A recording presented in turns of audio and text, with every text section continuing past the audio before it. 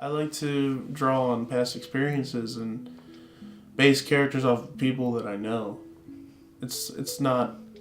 I don't want to be another like a director that already exists. I want to write stuff that's original to me. I'm not trying to mimic or copy anybody. It doesn't feel worth my time to try and make. Oh, I want this script to be like this movie.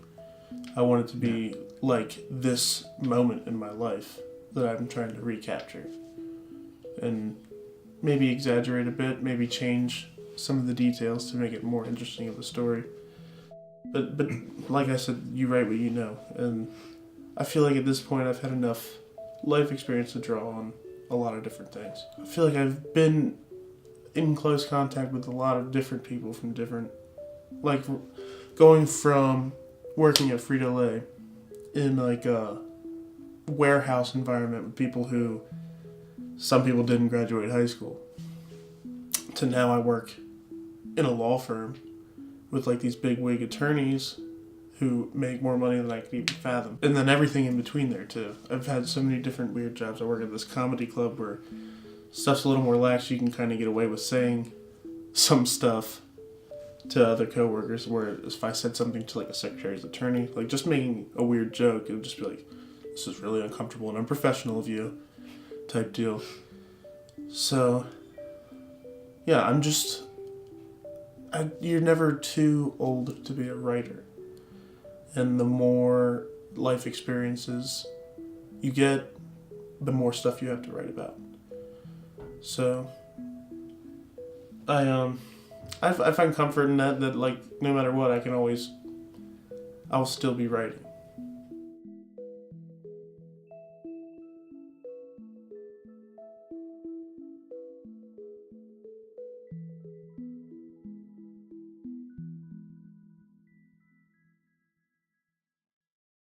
I just remember the first band that I was really obsessed with was Nirvana. Just because I started listening to them at a time where their music really captures a lot of angstiness. And I got into them like right as you go through puberty. You know, you have all these crazy emotions. You're like, oh, I'm getting hair on my hole now. It's weird. I got a hairy hole. Oh, what do I do? You listen to Nirvana and just like, ah! If it wasn't for Arcade Fire, I probably wouldn't have moved out of York. Which is weird to say. Some people need something to speak to them. And I feel like that's what like art is about. It's like how you interpret things. And Arcade Fire's music hit me at a time where I really, really needed that. You know, I was working full time at Frito-Lay, and I was just getting really, I was there for probably a year at that point, and I was just getting really like, every single day is me loading boxes into a truck. And it's just no different, and every day is exactly the f***ing same. And it's miserable. I made all these choices that led me to there, and they were not good choices. And just talking to people in the warehouse, like, yeah, I've been here 12 years, I'm a company man, I've been here a while, and it's just like, ugh. I don't want that life. And then there's nothing wrong with that. It just wasn't for me, you know? And then I discovered this band Arcade Fire where their subject matter was exactly what I was feeling. It's like it's about like the transition from like adolescence into adulthood. It's like what their first couple albums are about, especially the album The Suburbs. And it just kind of spoke to me. It's just like I needed to make a change, and one of the songs towards the end of the album is about moving away from the suburbs to find people that are more like-minded. A more fitting lifestyle for my personality. Just hanging out in New York with the same people I went to high school with, who I love, they're all great. But I just wanted more out of life than, you know, going to the bar on the weekends and working for the weekend. And just something that made me feel like I was doing something that was important to me, you know? Arcade Fire just helped me realize that, and made me realize, like, you should probably, like, find a different place to do life. You know, start over somewhere else. And it turned out to be a really good decision. Sometimes, some people might not dig their stuff, because it's like, sometimes it can be like sad boy music. But like, people feel that way.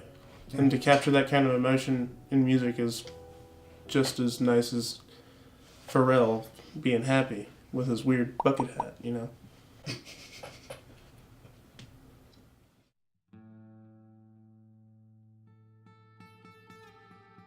So I settled on Millersville University because I heard they had a pretty decent teaching program. It wasn't that far from home, but it was far enough where I could move there, you know. And I was a history major. I wanted to be a teacher.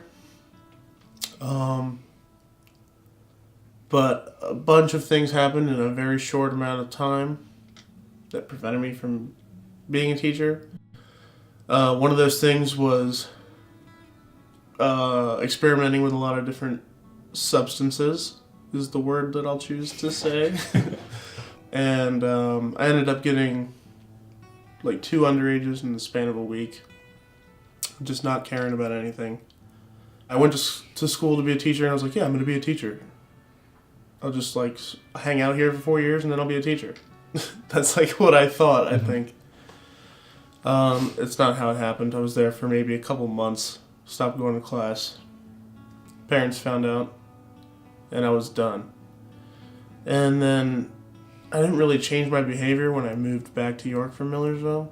I just kept doing the things I was doing, minus skipping class because I just wasn't in class anymore. And I don't know, what else was in the question that you wanted answered? I did about a year at Hack, undeclared. Just took a bunch of gen eds to kind of feel out what I was gonna do. I had this English class where we had to write like a short story recollecting a moment in time, like a significant moment in your life. And I chose like the first time I stood up for myself. And I guess the way I wrote it was really good. My professor was like, hey, you should see if you can get this short story published in our like journal. This is one of the best short stories I've read since I've been a teacher here. And I was like, well, how do I go about getting this published? She's like, I'll help you out. Like, I'll submit it and stuff for you. And they picked it. It got published, which was really cool. Which was like a story about when I was 8 years old with my cousins, and my cousins picked on me a lot. So eventually, I stuck gum in my cousin's hair. Like a coming of age kind of moment, but about when you're like 8 and you're just realizing something significant about yourself. Like, you don't have to take being picked on. She's like, you're really good at writing. You should do something like that. And I was like, okay. So I just decided to see if I could find a school, like a film school, like go to school for writing, like for screenwriting or something like that. The first school I found was Point Park University. I got accepted. So I went to take a tour of the campus like over the summer. And I was telling the tour guide that I was going for screenwriting and that I wanted to start in the spring semester. And they're like, that's not how this works here. You have to start in the fall with everybody else, so you're on the same, like you can't, like all the classes are only offered a certain time of year, so you gotta apply for the fall semester. And the fall semester started in like 3 weeks. So I was like, oh, I guess that's what I'll do.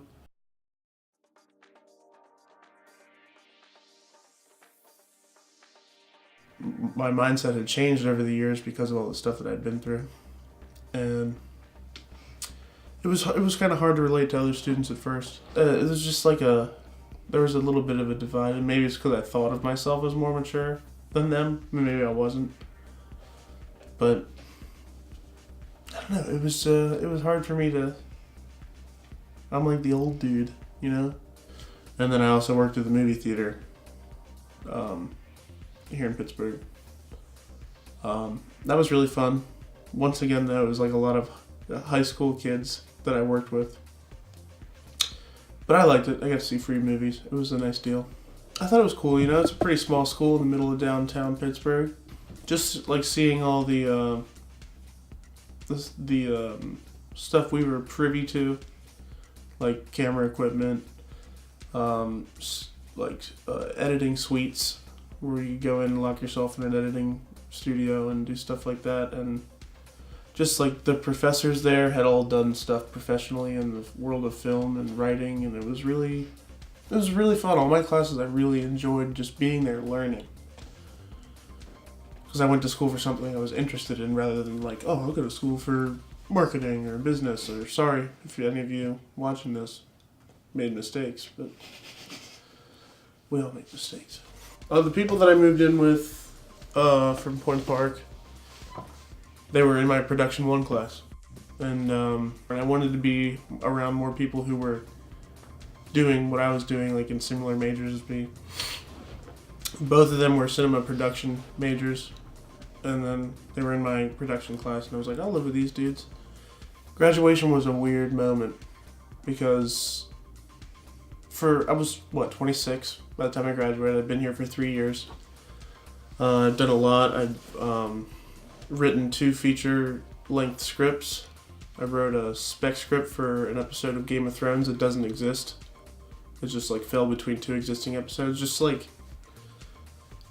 so you get the gist of how to write for a TV show that you didn't create. I co-produced a screenwriting showcase where we brought in like actors from the acting school and just read through a bunch of like the seniors' feature screenplays, like 8 pages of each person's screenplay, and just in front of an audience and stuff. It was cool. It was like a live table read. Yeah, one of my screenplays was on there. It was really fun. It was a lot of work to organize and rehearse and stuff with the actors. It was a good time.